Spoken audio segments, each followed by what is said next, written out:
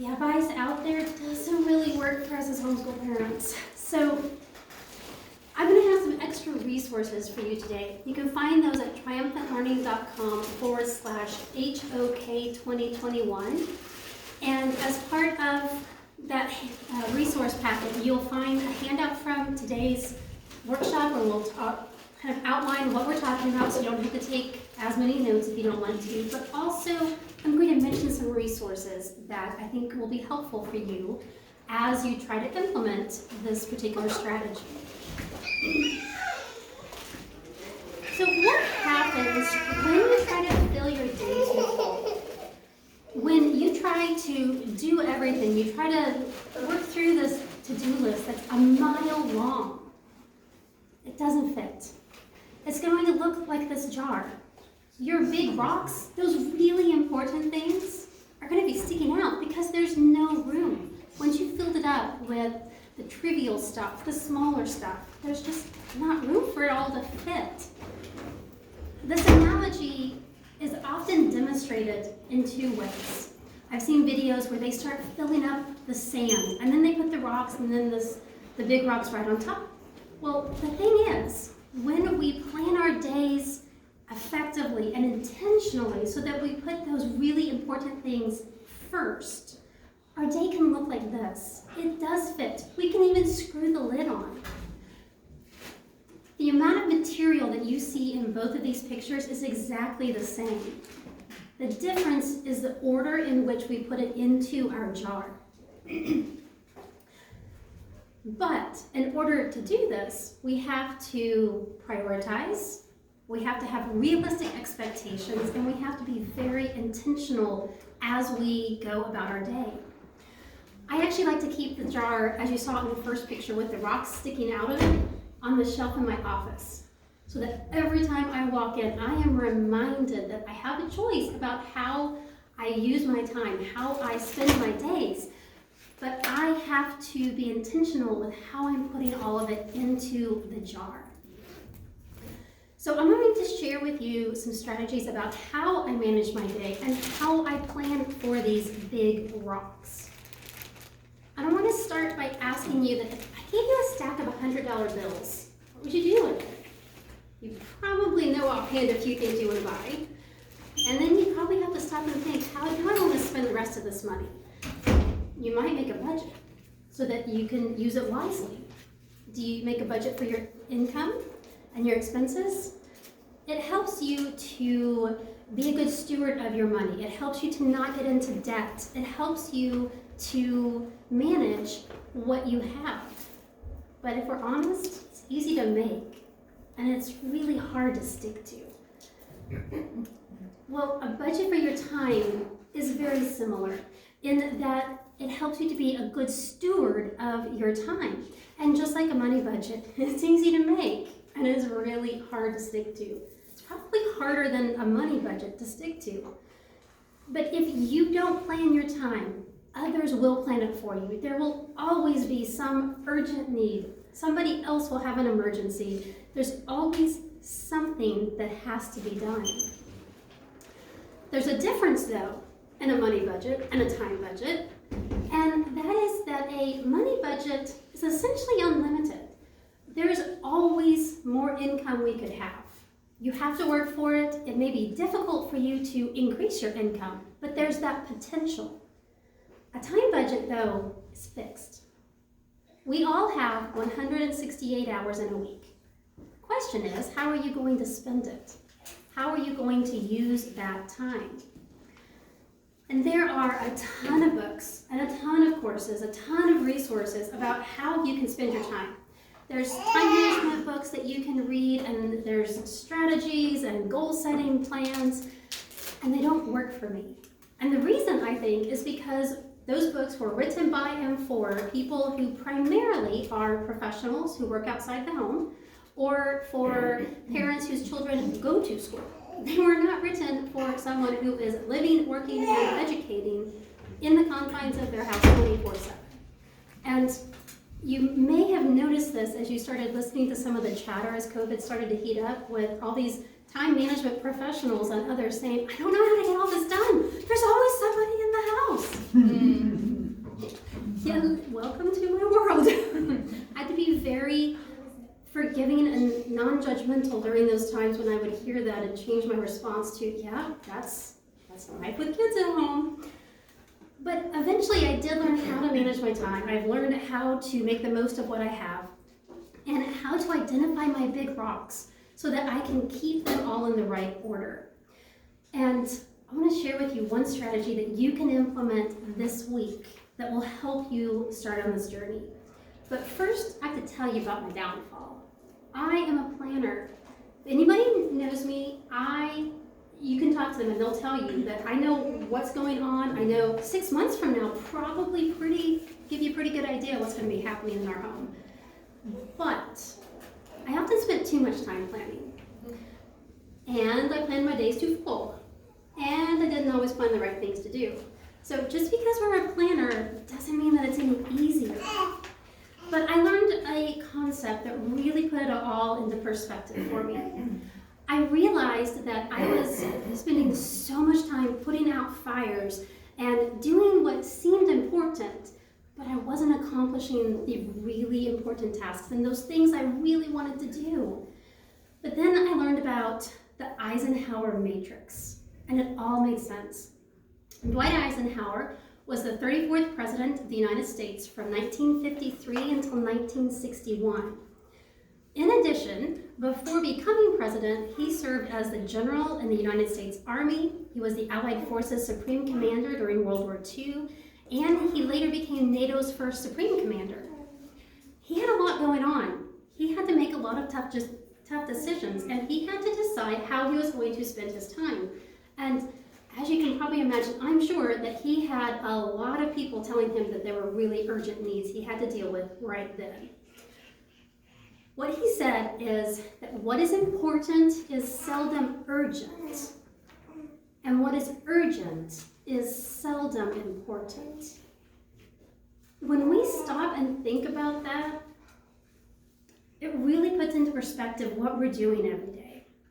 And he created this Eisenhower Matrix to help him think through how he was spending his time.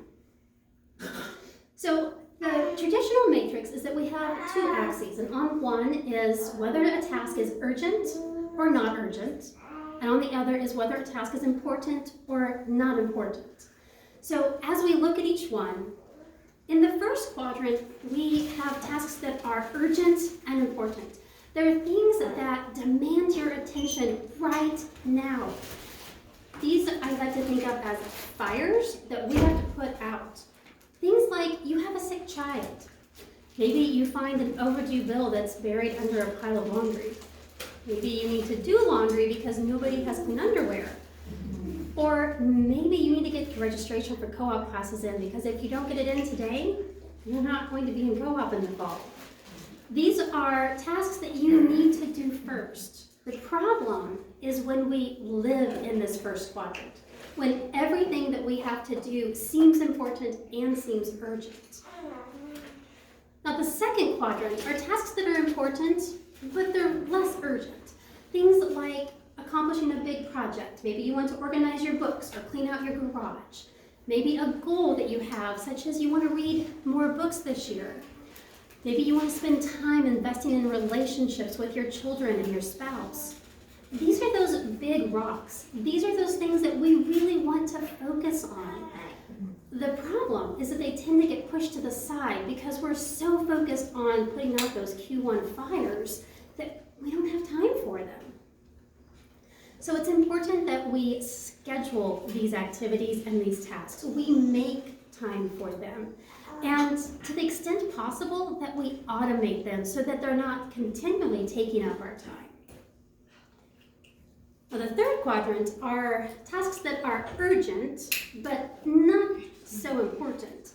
These are often tasks that others can do as well as, sometimes better than you can, but we have a hard time giving them up. It might be things like preparing dinner, cleaning your house, doing laundry. It could even be last-minute phone calls from someone who needs a volunteer, or the fact that your child forgot something for co-op, like his water bottle or book or assignment. Sometimes these tasks seem seem like emergencies. The issue is they're not our emergencies, or they would be important to us and they'd be Q1 tasks. Sometimes we need to let our children deal with the urgencies that they bring to us and deal with the consequences. The fact that they didn't get their assignment done, the fact that they forgot their water bottle. Well, I guess we can find a cup and you can fill it up. There are times they have to learn to accept the consequences of their actions so that these don't continually become problems that we have. As much as possible, we should delegate these tasks. And that doesn't mean that you can't or shouldn't do these tasks, but you do need to stop and think. Do these line up with my mission statement? Are these really tasks I need to do? And if not, it's okay to say no. We need to make sure that we're using our time as it's going to help our family and our homeschool and help us to achieve our mission. Now, this fourth quadrant are tasks that are not important and not urgent. And these are often time wasters. Things like checking your email, scrolling through social media, watching TV. Some people who talk about the Eisenhower Matrix tell us to eliminate these tasks altogether. And I disagree. There's a place for them. The problem is that we can't let them consume us. So we need to restrict or eliminate or restrict these activities so they don't take over our day. Now, the traditional matrix makes a lot of sense, but I actually like to think about it as this pie chart, because as I'll show you in a minute, if we think about it as the pie chart, that original matrix would make it look like we'd spend an equal amount of time in each of these areas, and that's not the case. Most of us spend too much time in the first and fourth quadrants, those urgent fires we have to put out, and those time wasters that we should be restricting. We live our days in crisis mode or doing unimportant tasks. Stephen Covey says that the way you spend your time is a result of the way you see your time and the way you really see your priorities. You can choose how you spend your days. You can choose how you're going to spend your time. And if you don't, others will choose for you. One thing that helps me is to have the perspective of get to. How often have you found yourself saying, I have to go make dinner, I have to go exercise, I have to go give the kids a bath? I don't have to do any of those things. Very seldom is it a time that there is something that someone else is forcing me to do or that I actually have to do. Now, granted, there's a lot that will go wrong if I don't do those things. We won't be eating nutritiously. I wouldn't be taking care of my children, and there are consequences for those, but no one tells me I have to do them. If instead I change my mindset and I get to do these things, I get to exercise, I can walk, I get to bathe my children, they are home with me, I get to go prepare their lunch.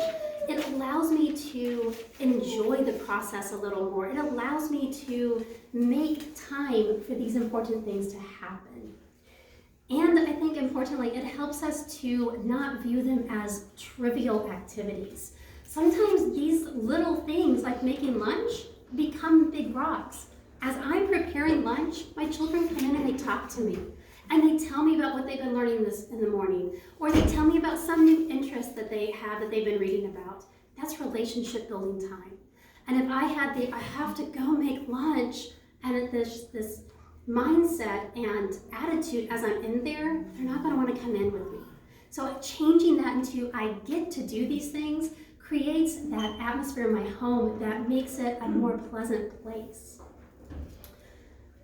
So I actually like to think about the matrix as the purpose-driven matrix, because that original quadrant had an equal amount of time for all of these activities, and that's not how we want to spend our time.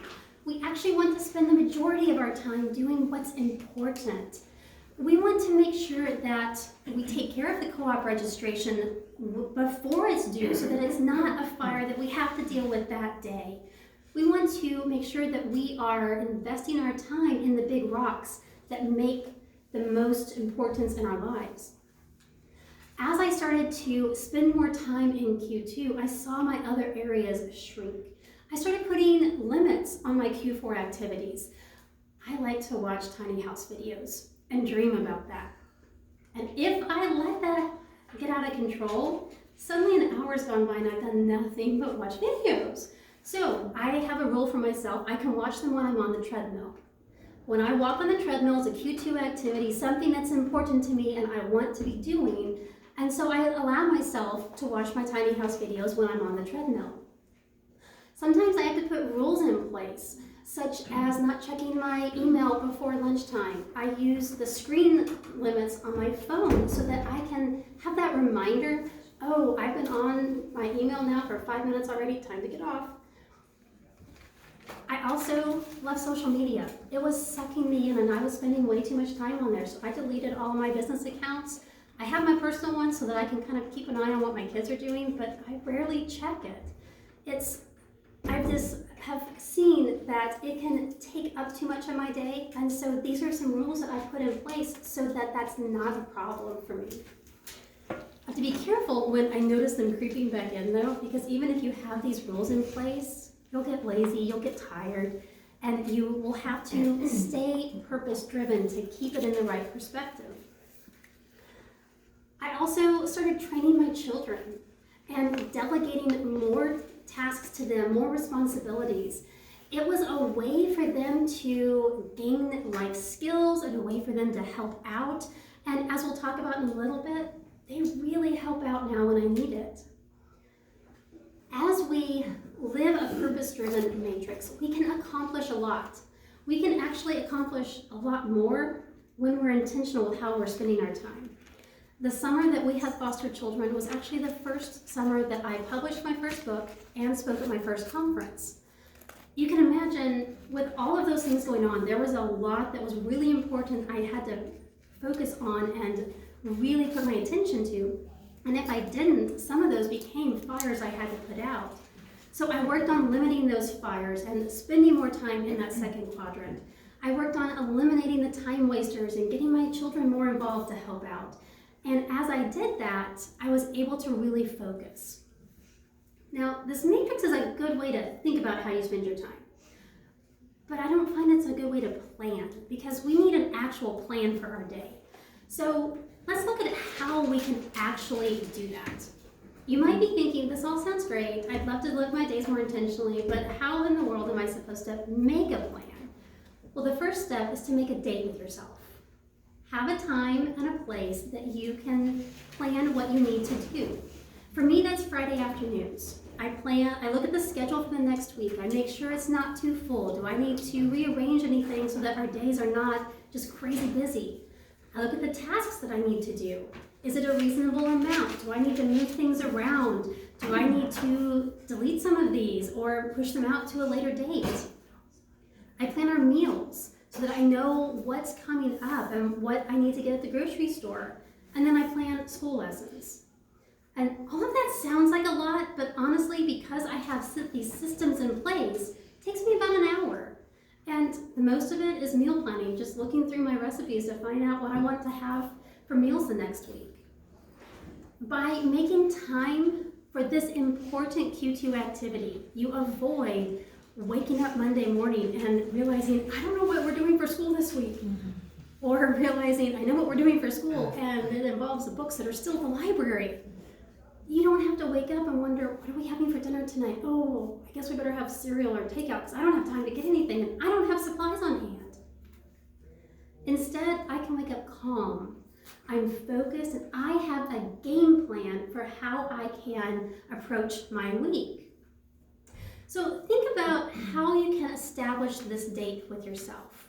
When would it work for you? Friday is when it works for me, but you may want to do it Saturday or Sunday. You may want to do it Monday morning, but find your time that's going to work for you and write it in your calendar. You may want to set an alarm on your phone as a reminder until you establish this habit. I also spend about 5 minutes each afternoon or evening planning my next day. If you think about it, your day begins the night before. If you plan the night before, you can wake up refreshed. You know what to tackle, you know what's coming. You don't wake up and think, oh man, I'm late because we have an early morning appointment that I forgot about. Instead, I have what I call my daily ATM. And I'll tell you more about this in a minute, but basically it's my agenda, my tasks, and my meals for the day. And these two resources are included in your downloads because there are many ways that you can prepare your daily ATM. You could take the resource that I have for you and print that out. You could grab a stack of sticky notes or index cards. You could use just loose leaf paper, a note on your phone, or for that matter, grab yesterday's mail and use the back of an envelope. All you need is some small space in which you can write what you need to do. Now, the format options are unlimited too. So what you see up here is what I use now. This is what it has evolved into. My daughter uses something different. She has a simple checklist. On one side, she lists her activities and her tasks. She only lists meals if it's actually her night to prepare them. So hers, we were talking last night, is actually her apps instead of her ATMs. On the other side, she keeps her running list of tasks. This isn't for school. School we keep in a different format, but this is just those things that she wants to accomplish. The main point, keep it simple. You don't need a fancy planner. You don't need just the right format. What you need is what you need to do, where you need to be, and what meals you need to prepare.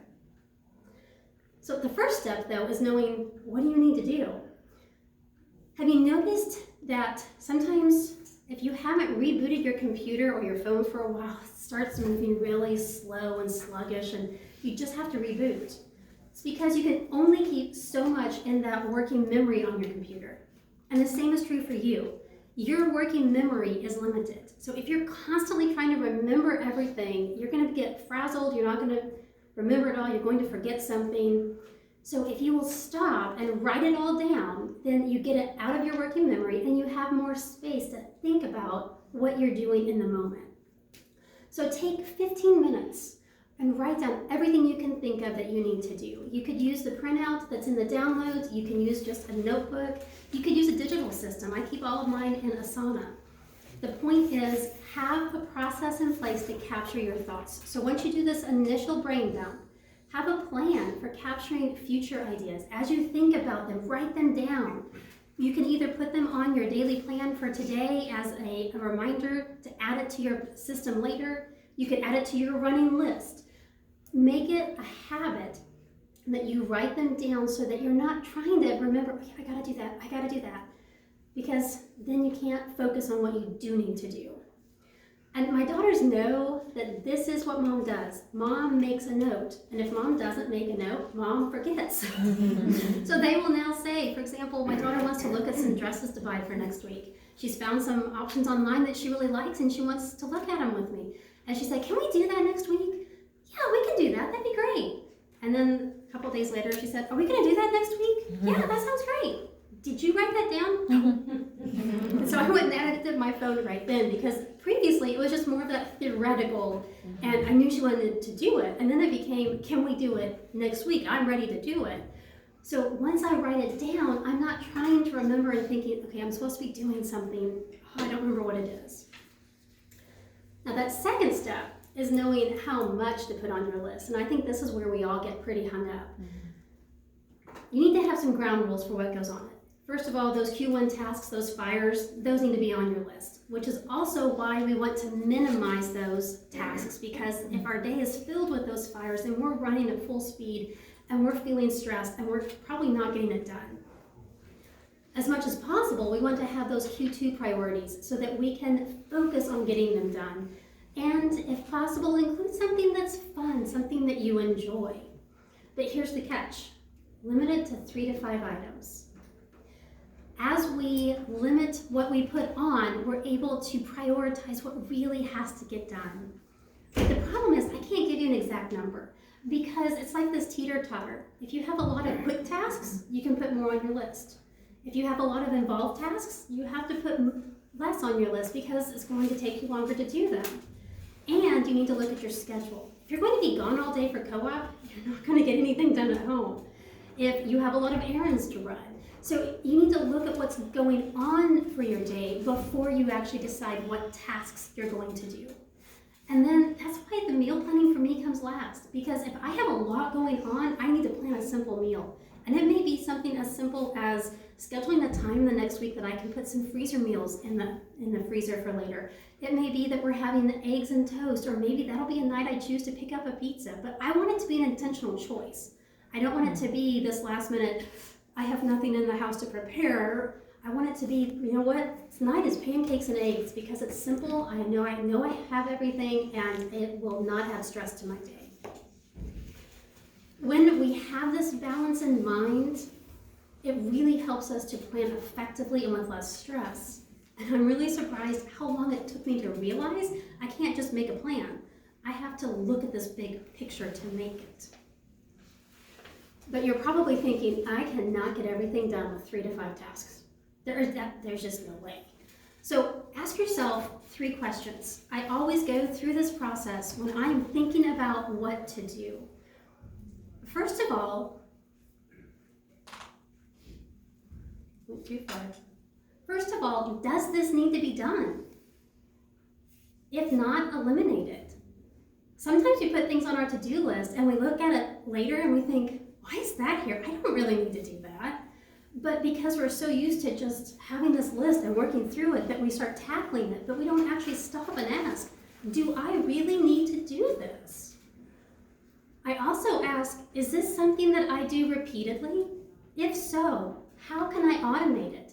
Can I set up automatic bill pay? Can I set a reminder on my phone so I'm not constantly trying to remember, okay, what's the schedule for Tuesday?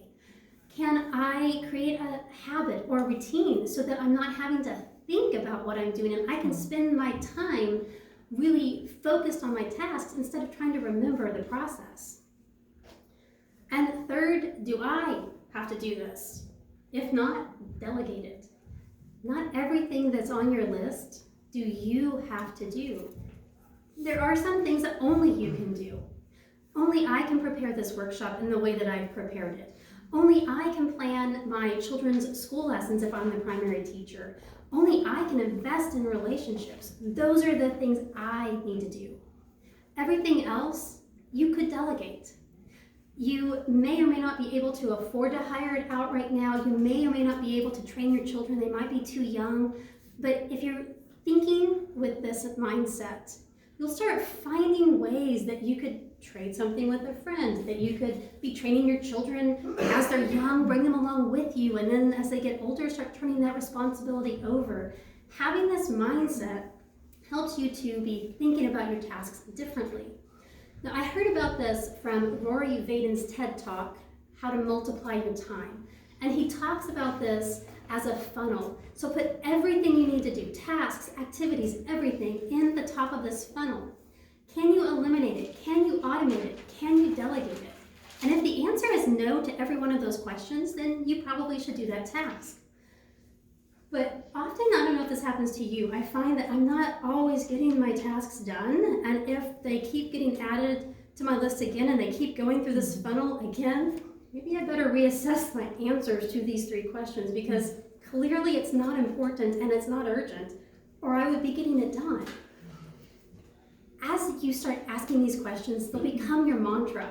And I literally go through the day and I talk about eliminate, automate, delegate, eliminate, automate, delegate. And my girls now know, we need to think about this. Mom, can we eliminate or automate or delegate this?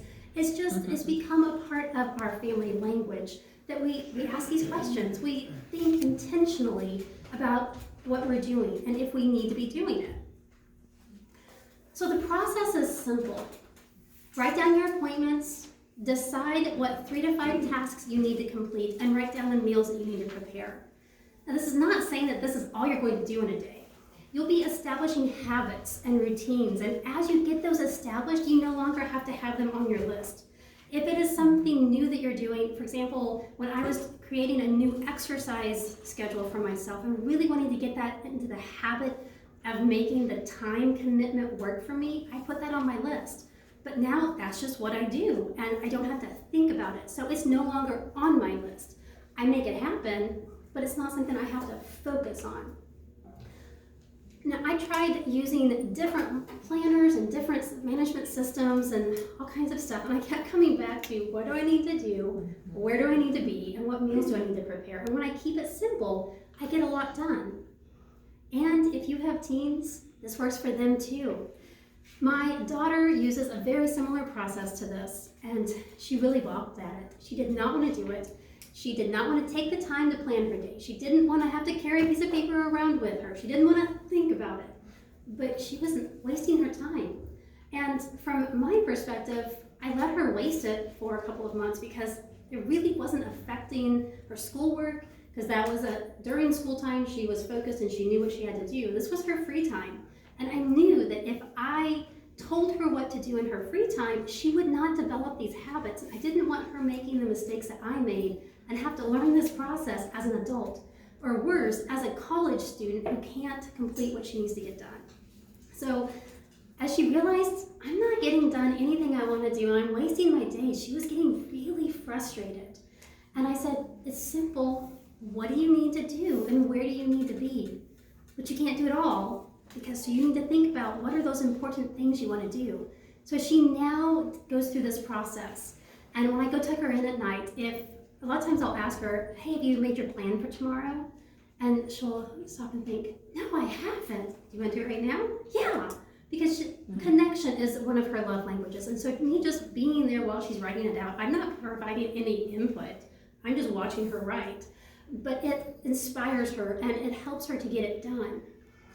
So she has seen how much more she can accomplish when she has a plan. She's seen that she doesn't always accomplish what's on the plan, and sometimes she does some other things, but having a plan keeps her intentional. And so I asked her, how do I help parents understand this? How do I help them want to do this? And she looked at me and she said, well, tell them to just try it for a week. Okay. I mean, she saw that through that practice, that intentionality, it was making a difference. So her challenge to you is to take the daily ATM challenge. Just do it. Print out the printout that I have for you, or get a stack of sticky notes, get some note cards, whatever it is, and just write out where you need to be, what you need to do, and what meals you need to prepare.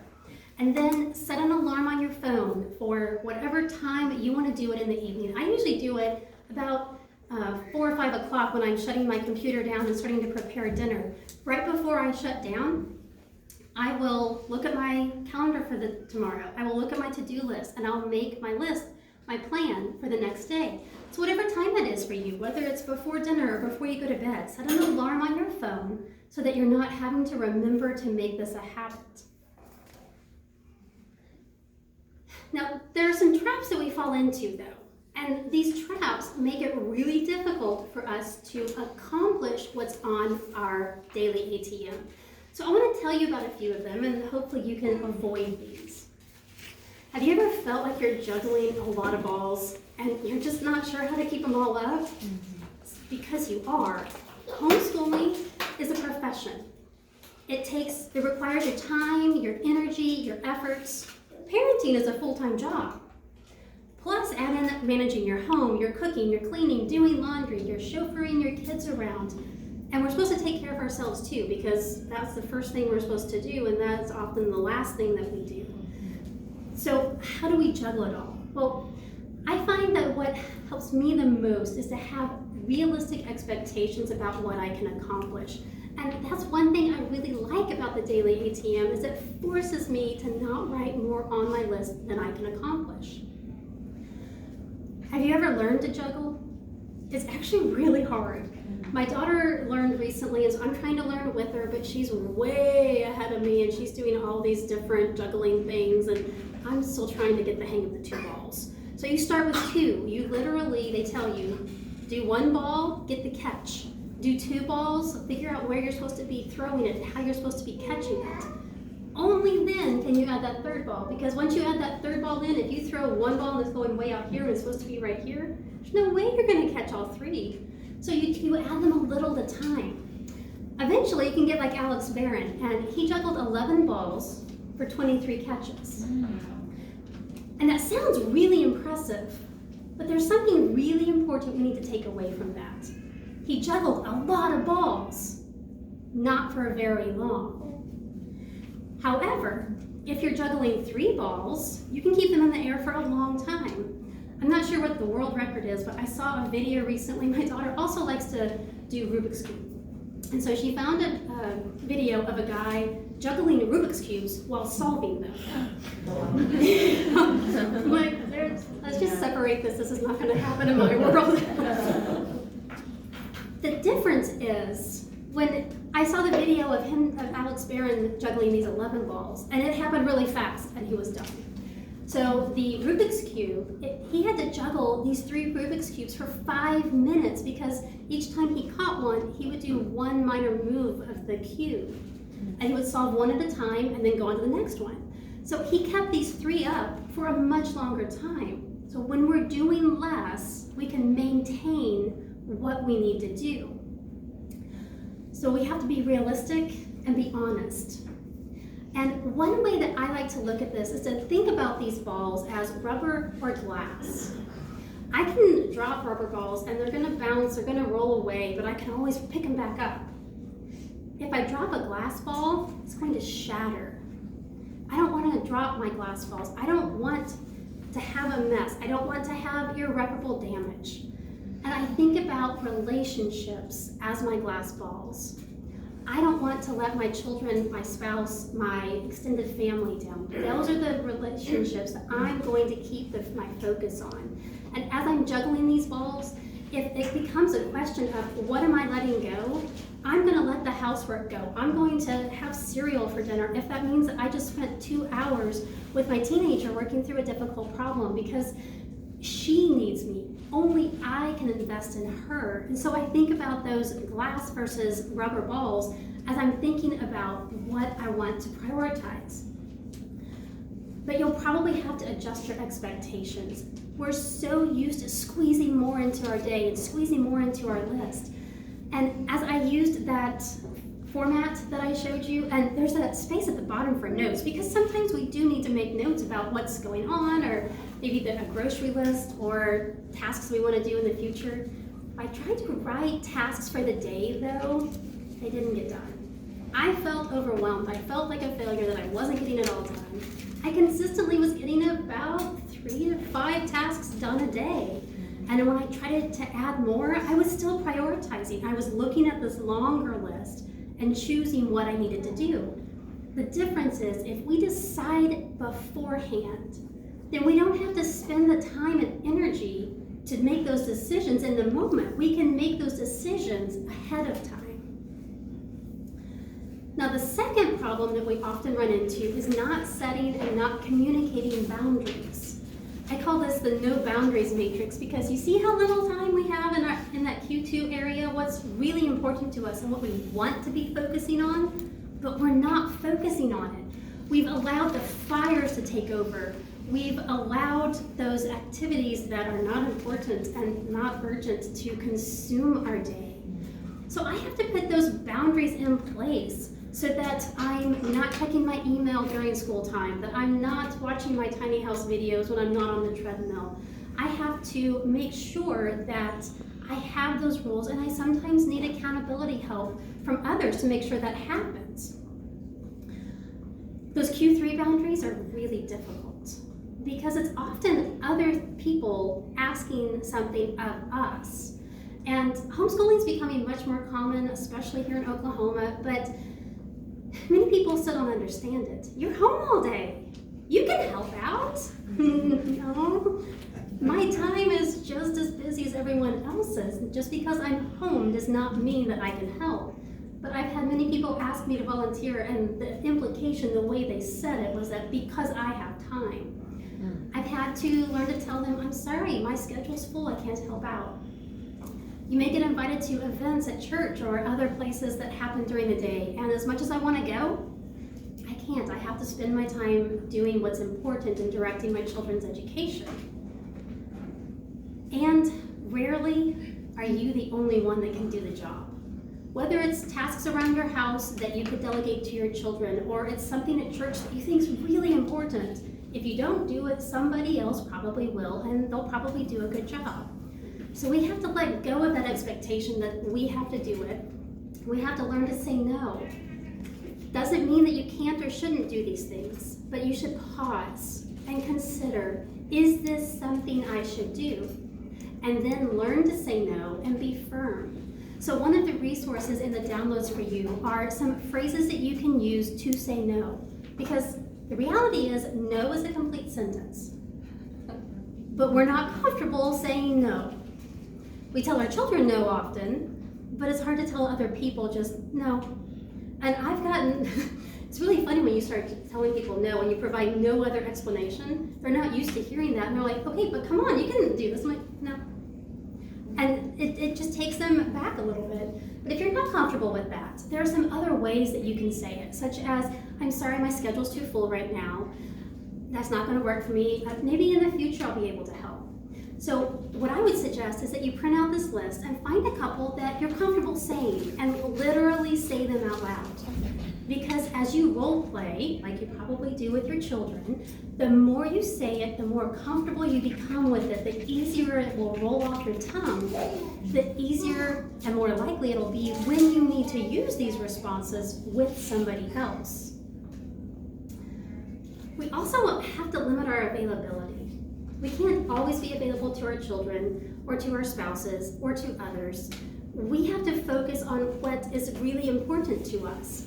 And so you need to choose ahead of time, what are your big rocks? What are your glass balls that you're going to invest in? What are you willing to say no to all this other stuff so that you can focus on what's really important to you? And that may mean telling your children, I can't help you right now. When I was preparing for this conference, I told them ahead of time, I'm going to need some extra time to work. And so sometimes they would come up to me and say, hey Mom, like, okay, hang on, I'm in the middle of a thought, I need 5 more minutes. And I had to tell them, I can't focus on you right now. You're important to me, but I know that what you need is not urgent. And it can wait a little while. But we also have to communicate these boundaries, because as much as we would like to, they can't read our minds. And so we need to tell them what we need to happen. When I was preparing for this conference and I told my girls, I'm gonna need some extra time to prepare, this is what I need, we're gonna have simpler meals, I'm going to need you to help out some, and I can tell you some things I need you to do, and some things is just gonna depend on the day to see how much I can get done of what I normally do and how much I need you to do. Yesterday, I was kind of getting to a time crunch, so I had a couple of things left I had to do, and I also needed to go get groceries so that we could have dinner tonight. And so as I was packing up to go get the groceries, I looked at the kitchen and went, oh crap, I forgot to put the dishes away from last night. I told my daughter, I'm really sorry. I know I've asked you guys to help out a lot this week, but Katie, my daughter said, yes, Mom, we'll empty the dishwasher. No. So when we communicate what we need, they're more willing to help out. They know what to expect. And I'm putting boundaries back in place to go the other way. So starting tomorrow, they know that my busy business month is done and it's their month again.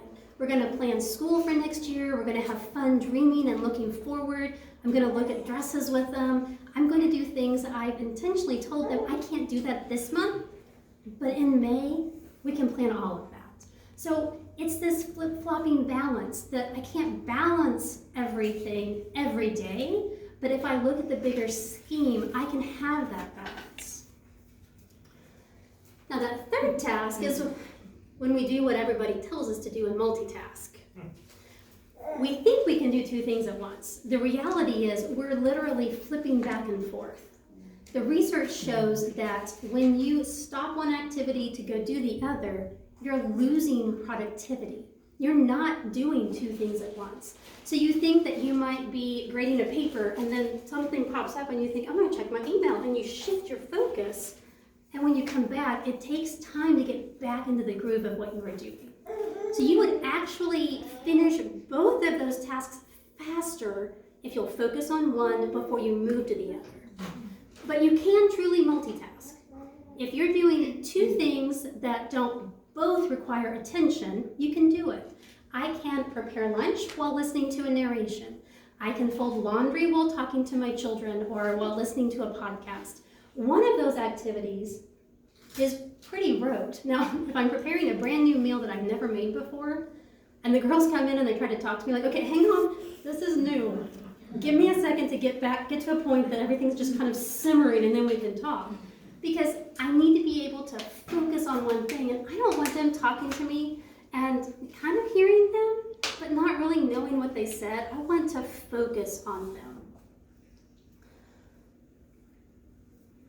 And then we kind of touched on this, but that fourth trap is thinking that you have to do it all. I've had many parents say, I'd rather just do it. I can do it better and I don't want to redo it. It takes too long to get them involved. I don't have time to train my children, I'm too busy. Well, these are often true statements, at least in the moment and in the short run. When my children were younger, I had to allow time to complete these tasks. I brought them along with me. I had them helping me. They were cleaning the house with me, and I was going behind them sometimes because they were 2 and 5, and so their dusting abilities were not very developed yet. So things took twice as long. But as we invested the time to train them, I used a 4-step process. I first demonstrated it. They watched me. They were a part of it, but they were just watching. And then I did it with them. So we would complete the task together, and as they would have an area they weren't quite doing it like they should, then I could say, you know what, I do it this way. And then I turned it over to them and provided quality control. As they would complete a task, I would go in and check and see if they had done an adequate job that was to the best of their abilities.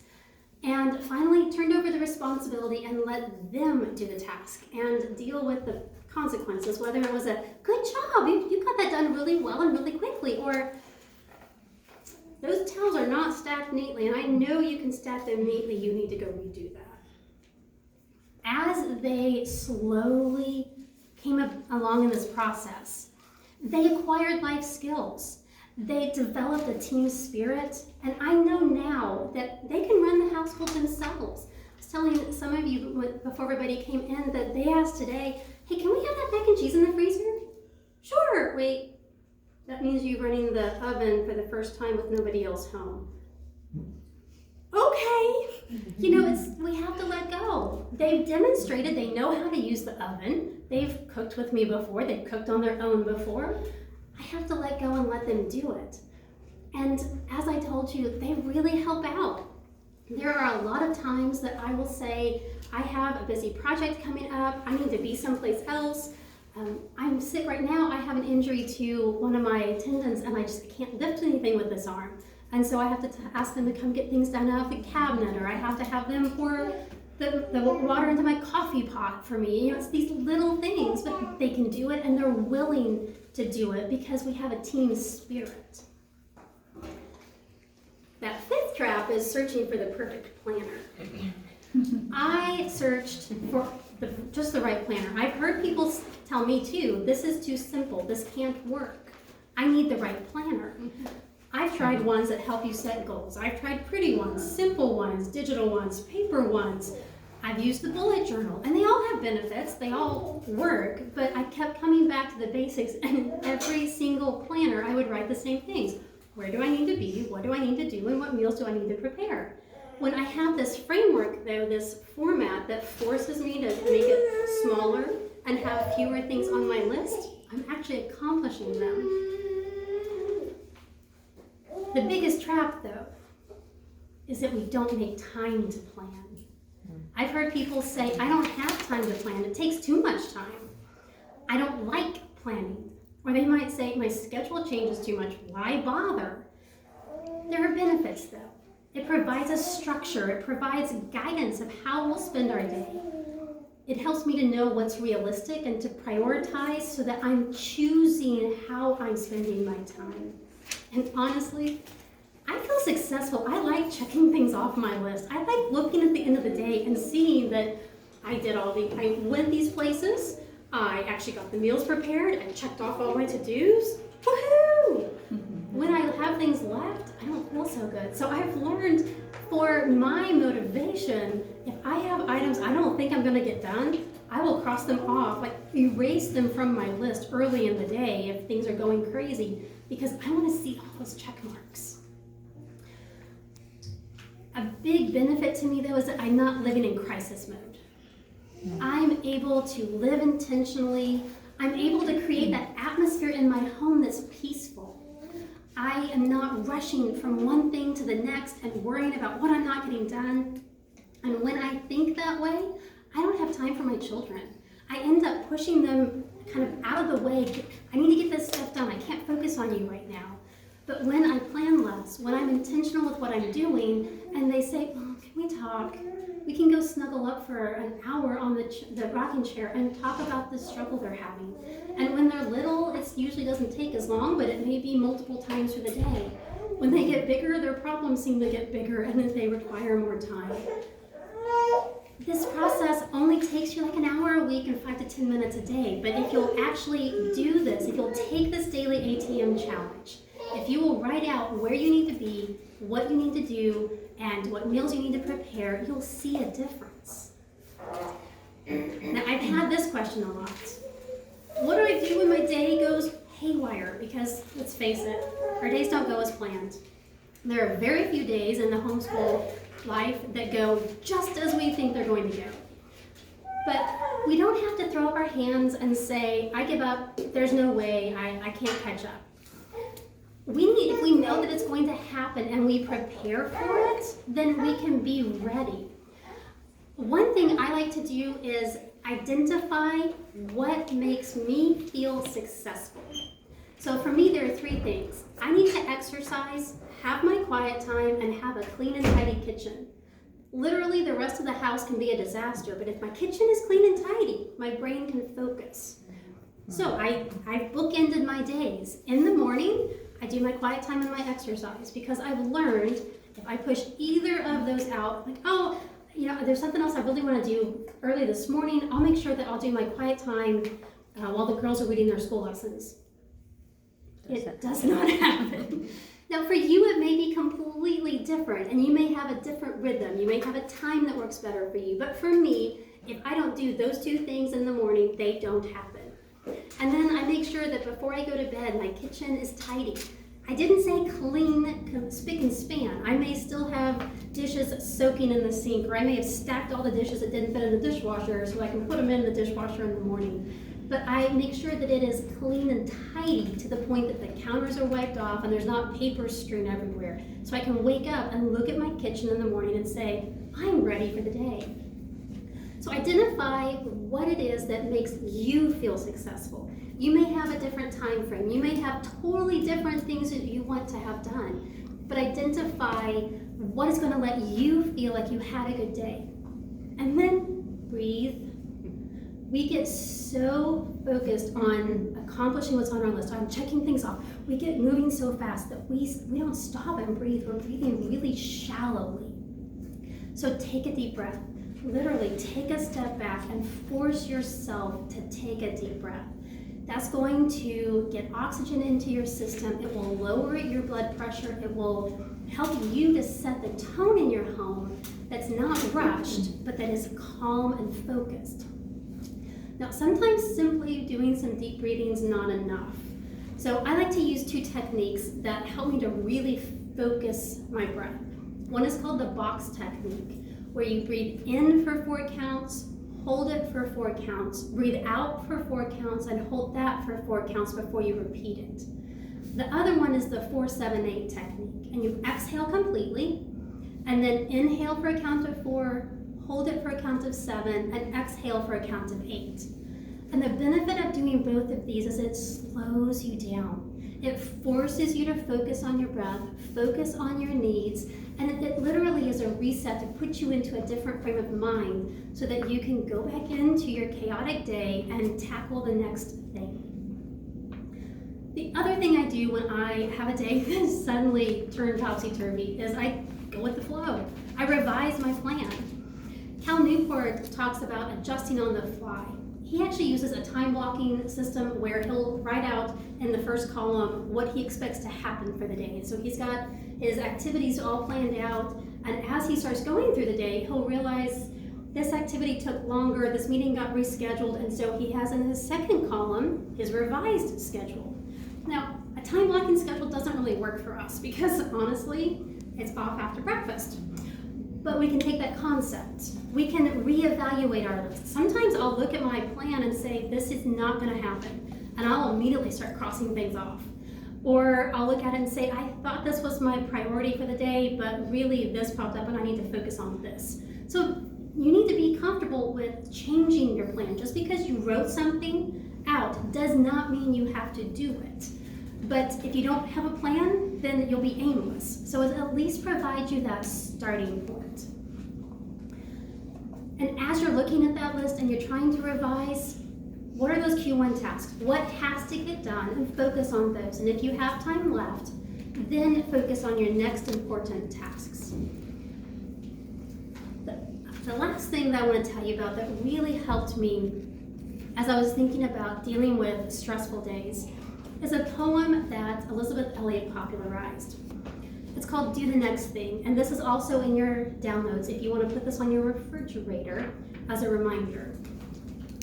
It goes, from an old English parsonage down by the sea, there came in the twilight a message to me. Its quaint Saxon legend, deeply engraven, hath, it seems to me, teaching from heaven. And on through the doors the quiet words ring, like a low inspiration, do the next thing. Many a questioning, many a fear, many a doubt hath its quieting here. Moment by moment, let down from heaven, time, opportunity, and guidance are given. Fear not tomorrow's child of the King. Trust them with Jesus. Do the next thing. Do it immediately. Do it with prayer. Do it reliantly, casting all care. Do it with reverence, tracing his hand, who placed it before thee with earnest command. Stayed on omnipotence, safe neath his wing, leave all results, do the next thing. Looking for Jesus, ever serener, working or suffering be thy demeanor. In his dear presence, the rest of his calm, the light of his countenance be thy psalm. Strong in his faithfulness, praise and sing, then as he beckons thee, do the next thing. I found this poem the year that we were in Madison, Wisconsin. We'd gone there for my husband to do some additional training. It was our first year of homeschooling. I had a 2- and 5-year-old. Madison is very different than Oklahoma. That created stress in and of itself. There was so much stress on me that year that I was anxious. I was many days overwhelmed, and I had to stop and remember this. I literally put this on my refrigerator so I would walk past it multiple times a day. And when I was starting to get really agitated and, okay, now what? Oh yes, do the next thing. Okay, what's the next most important thing for me to do? And I would do that one thing, focus fully on that one thing. And that may have been snuggling up on the couch and reading books with my children. And when they got up to go play, I'd think, okay, what's the next thing? By focusing on just the one task before you, you'll get through that one, and then you can move on to the next task. Now, I hope that you will make this planning process of identifying what you need, where you need to be, what you need to do, and the meals you need to prepare a part of your daily routine. But if you want to learn some more about what we've talked about, I go into more detail in this in the Flourishing Days framework. We talk about how to define your priorities and how to create that time budget in a way that works for you. About how you can supercharge your time by batching, delegating, and automating. How you can have more time and energy to do what you need to do, and tips for implementing your daily ATM. And I know that you're busy, and I know that you don't want to sit down in front of a course, so these are all short audio lessons. If you're anything like me, that even with teenagers in the house, this was especially true when they were young, but even now, if I'm playing a video, they are so focused on what I'm doing and not doing what they're supposed to be doing. So it's audio only so that you don't have little ones trying to say, "What you doing, Mom?" There are some additional bonuses that you can that will help you implement what you learned. And through the month of May, it's introductory pricing, so you'll get a discount on it. But I hope that as you go through next week, you're going to focus on your priorities, you're going to make time to plan, and that you'll focus on just doing that next thing. What is that next thing that you need to get done? Thank you.